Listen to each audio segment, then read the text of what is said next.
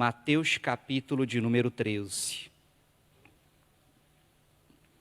Eu vou já dizer o versículo. Quem achou, diga amém. Isso aqui é uma palavra que Deus me deu há alguns dias, Deus falou ao meu coração. Eu creio que vai ser uma bênção para você também, em nome de Jesus. Aqui nós temos a famosa parábola do semeador. Quem já ouviu a parábola do semeador? É uma parábola que Jesus contou, muito famosa. As parábolas são histórias, que ilustram uma verdade, que trazem uma lição ilustrativa.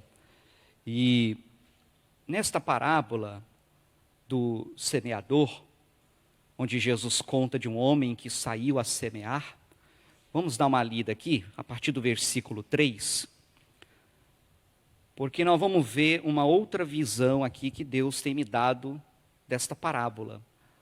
Porque, via de regra, assim, ao pé da letra, a parábola fala uma comparação que a semente é a palavra de Deus, ela cai em diferentes tipos de solo, de terreno, que representam diferentes tipos de coração.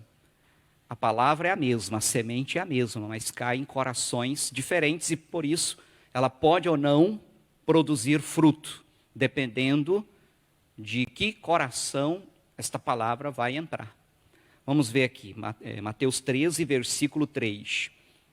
E falou-lhe de muitas coisas por parábolas, dizendo: Eis que o semeador saiu a semear. E quando semeava, uma parte da semente caiu ao pé do caminho. E vieram as aves e comeram-na. E outra parte caiu em pedregais, onde não havia terra bastante, e logo nasceu, porque não tinha terra funda. Mas vindo o sol, queimou-se e secou-se, porque não tinha raiz. E outra caiu entre espinhos, e os espinhos cresceram e sufocaram-na. E outra caiu em boa terra, e deu fruto, um a 100, outro a 60, e outro a 30. Quem tem ouvidos para ouvir, que ouça. Então, o próprio Senhor Jesus, mais à frente, explicou, e tomando ao pé da letra, a semente é a palavra, os diferentes solos são corações, e cada um de nós é um tipo de solo. A palavra é a mesma. Numa reunião como essa, numa mensagem como essa, está todo mundo recebendo a mesma mensagem, mas ela vai produzir fruto ou não, dependendo de quem você é, qual é o seu coração. Tem gente que recebe bem a palavra e ele se torna uma bênção. E não só é abençoado, como se torna uma bênção. Tem pessoas que não dão bola para a palavra, não recebem a palavra, não praticam a palavra como deveriam. E apesar de estar na mesma igreja, ouvindo a mesma mensagem, não produzem o mesmo fruto, não se tornam a mesma bênção e não recebem bênção nenhuma. Isso é o básico aqui da parábola. Mas eu quero trazer uma outra visão que Deus tem colocado no meu coração. Vamos olhar assim a semente como sendo também cada um de nós. Cada pessoa, cada ser humano é uma semente. Você pode dizer isso? Diga, eu sou uma semente. Diga para alguém perto aí, você é uma semente. Diga para esta pessoa, mesmo à distância, você tem condições de produzir frutos. Uma semente, irmãos, ela tem o potencial nela de produzir fruto. Apesar de, num primeiro momento, ser pequena e às vezes até insignificante, desprezível na aparência, mas ela tem um tremendo potencial. Se ela for plantada no terreno certo, no solo certo, ela pode produzir, dependendo da espécie, uma grande árvore com muitos frutos. E nós somos como sementes. Todos nós, nenhum de nós está aqui por acaso. Nós somos imagem e semelhança de Deus. Há em nós o potencial de grandes realizações, de grandes frutos. O pastor Rogério falava esses dias sobre Gideão. O anjo chegou para Gideão e disse, vai nesta tua força. Não foi isso que o anjo disse para Gideão? E a gente enxerga então, havia em Gideão uma força a qual ele mesmo não conhecia. Gideão, vai nesta tua força. Há uma força em você. Meu irmão, há coisas que Deus colocou em você que você nem sabe. Há capacidades, há potenciais guardados dentro de você que talvez você ainda sequer imaginou do que você mesmo é capaz de produzir. Deus sabe, porque foi Deus quem criou você. Se você encontra uma semente de uma espécie que você nunca viu antes, você não sabe o potencial daquela semente. Você olha para a semente, é um carocinho, mas você não conhece. Talvez aquilo ali pode virar uma grandiosa árvore e produzir grandes e abundantes frutos. Você não sabe. E talvez você nem faz ideia do quanto potencial há guardado dentro de você. E de cada ser humano, cada pessoa. Mas aí entra a questão do terreno. E eu vou comparar aqui nessa mensagem o terreno com o ambiente. O ambiente em que vivemos, crescemos, nascemos, pode ser um ambiente que venha nos fertilizar ou a nos esterilizar. Há ambientes que são esterilizantes, que neutralizam a capacidade da pessoa produzir fruto. E há ambientes que são fertilizantes. Elas contribuem para que aquela pessoa produza. A pergunta que eu faço, que você deve se fazer: você vive em um ambiente fertilizante ou esterilizante? Você cria na sua casa um ambiente esterilizante ou fertilizante? Sua família, seus filhos, eles estão num ambiente saudável que vai fazê-los produzir ou que vai esterilizá-los para a vida? Esta é a reflexão que você deve fazer. Vamos olhar aqui, Jesus fala de 4 solos. Vamos considerar 4 ambientes, 4 tipos de ambientes. O primeiro que ele trata está no versículo 4. E quando semeava, uma parte da semente, aconteceu o que com ela? Caiu ao pé do caminho. E o que aconteceu em seguida?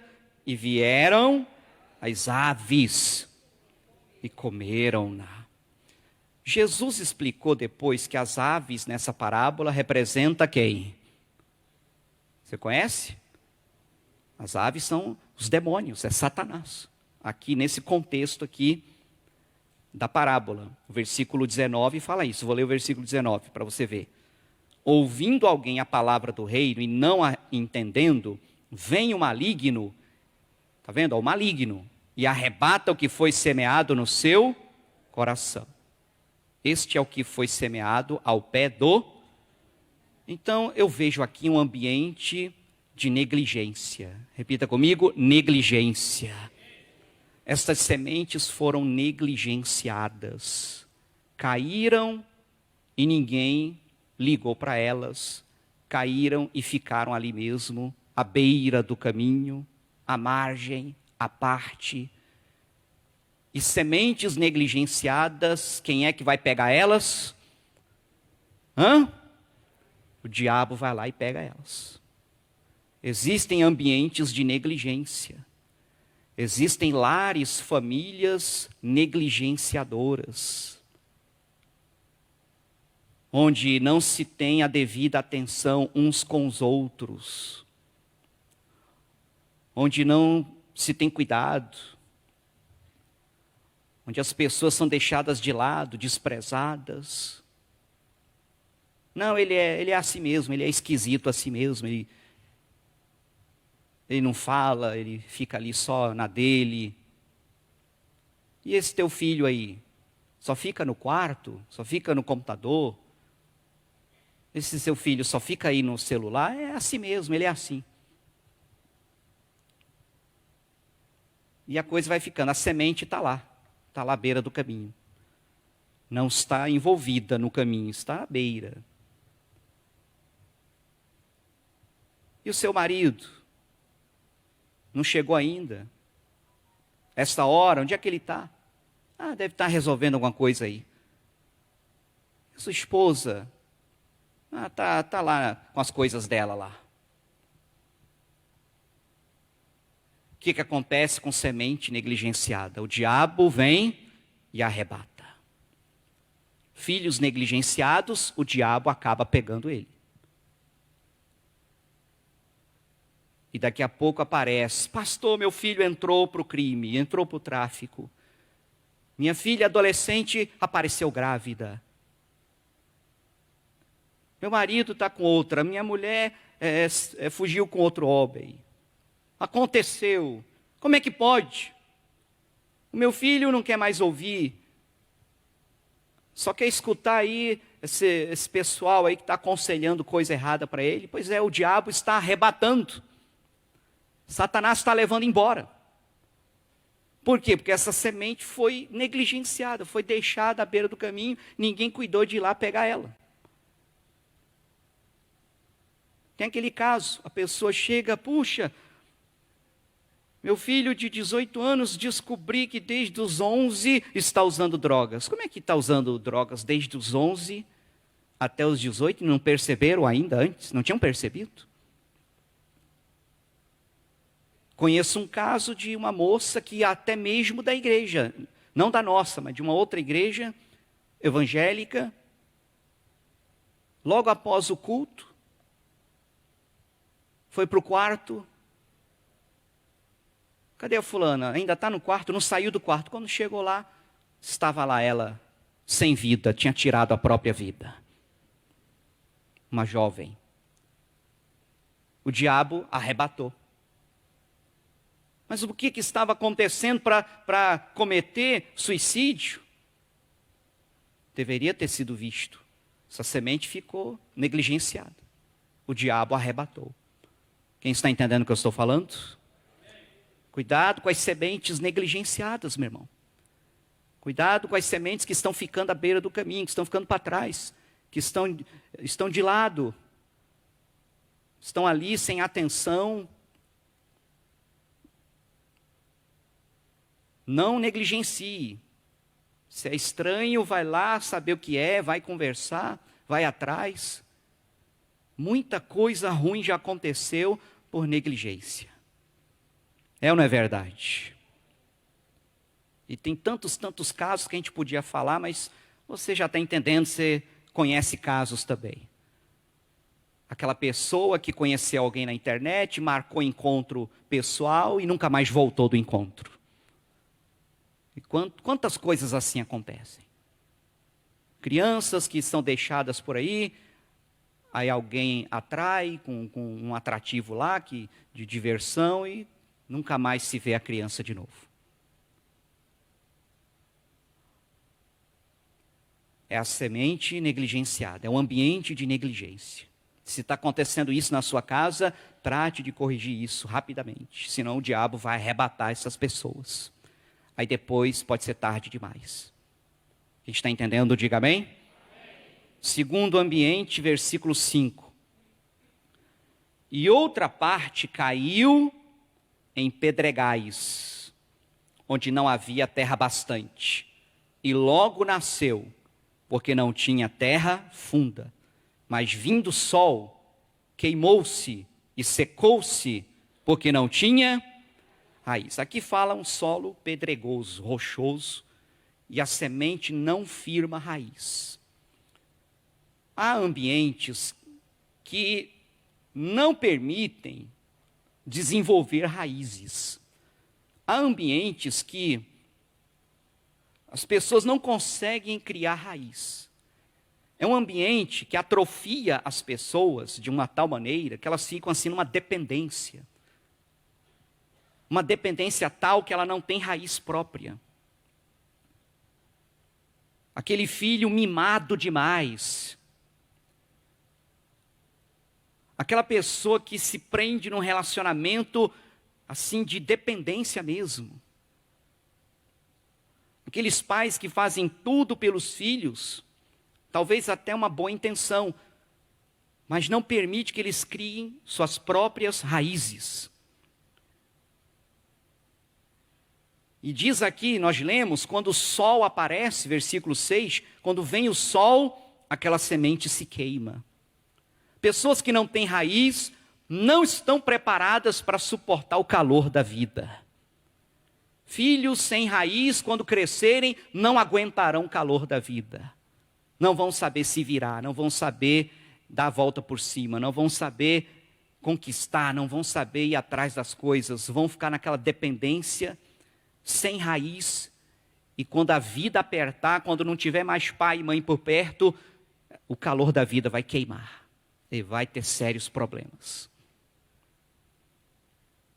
Tem pessoas que simplesmente anulam sua individualidade e se colocam dependentes de uma maneira até quase idólatra de uma outra pessoa, dos recursos de outra pessoa, da capacidade de outra pessoa.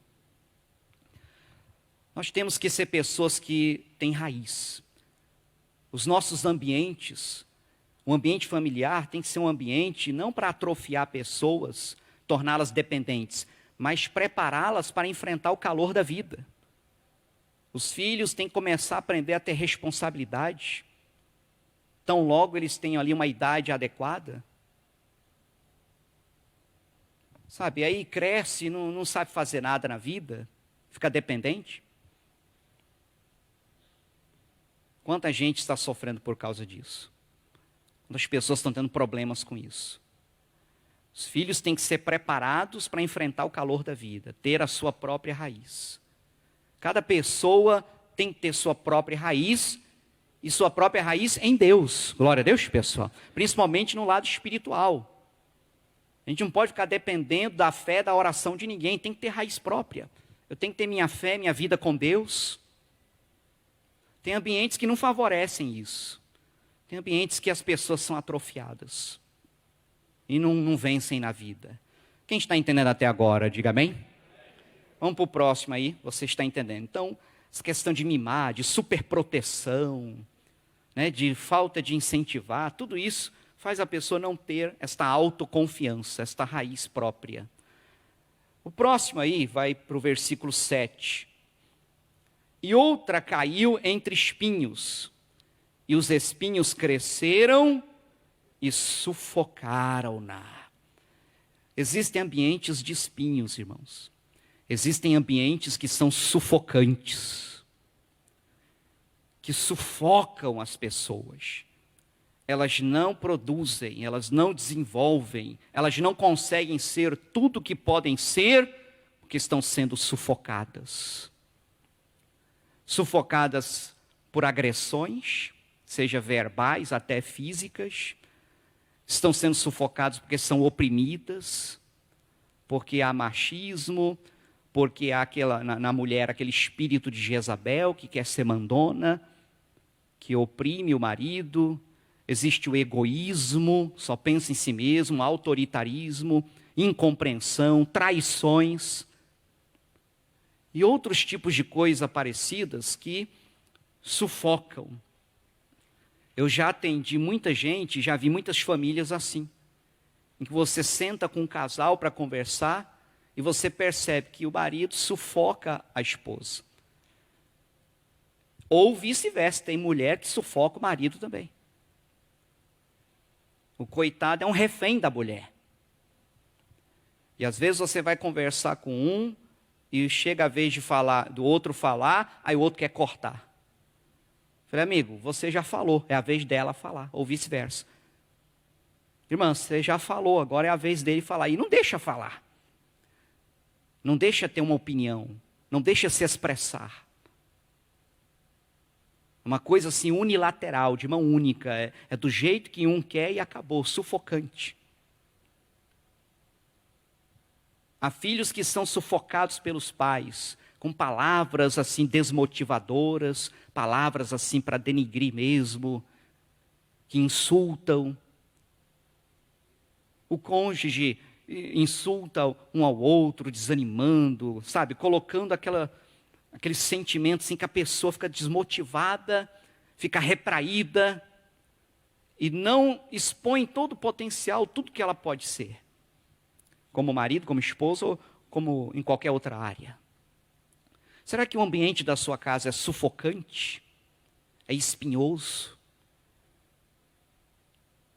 É retraído? É opressor? É autoritário?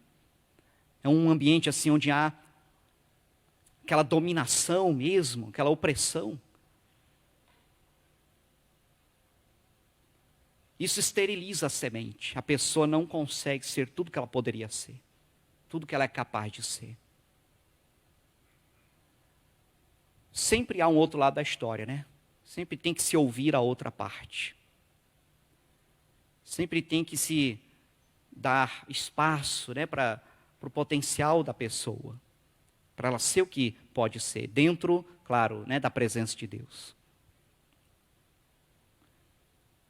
É um ambiente espinhoso, sufocante. Quem está entendendo isso, diga amém.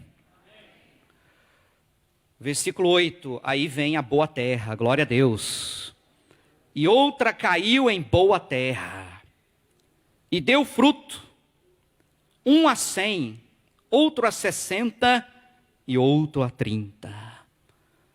Aí a boa terra é o ambiente que é fértil, onde as pessoas se amam, onde as pessoas oram umas pelas outras, é um ambiente de fé, é um ambiente onde as pessoas se ajudam, onde quando for falar algo para corrigir, fala de uma forma não para derrubar a pessoa, mas para fazê-la ver o seu erro e levantá-la, onde há incentivo, apoio, sinceridade.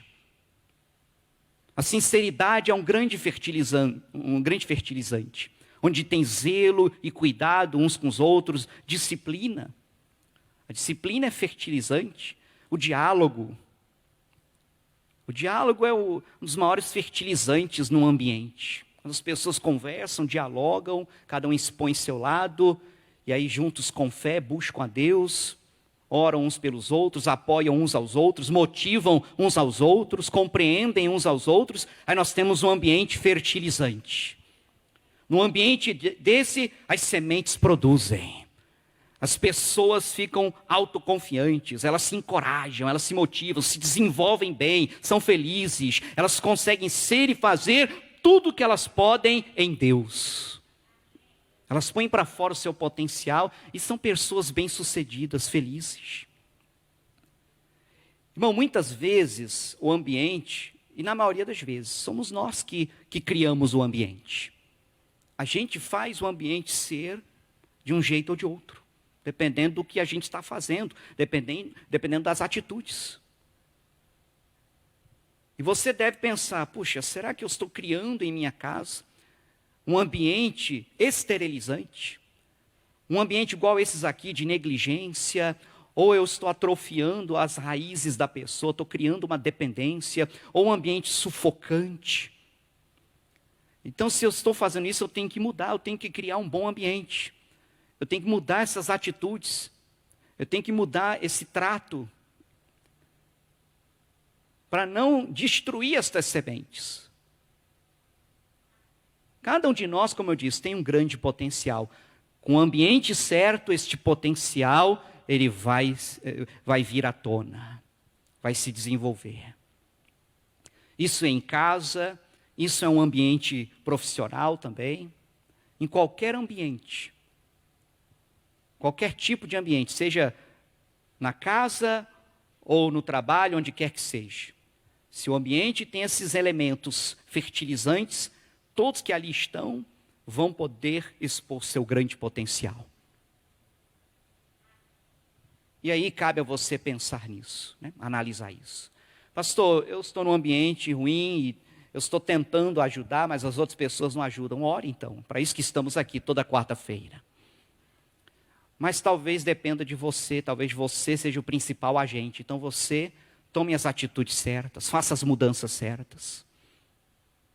Seja alguém que abençoa, que favorece ao outro a frutificar. Especialmente começando dentro da sua casa. Glória a Deus. Porque é muito bom estar num ambiente assim fértil, é ou não é verdade? Onde as pessoas se motivam, sabe? Onde há ali uma atmosfera ali, onde as pessoas todas querem se ajudar, querem se compreender, querem se apoiar, confiando em Deus. Aí todo mundo vence, aí todo mundo produz. Aí é uma bênção. Glória a Deus por isso.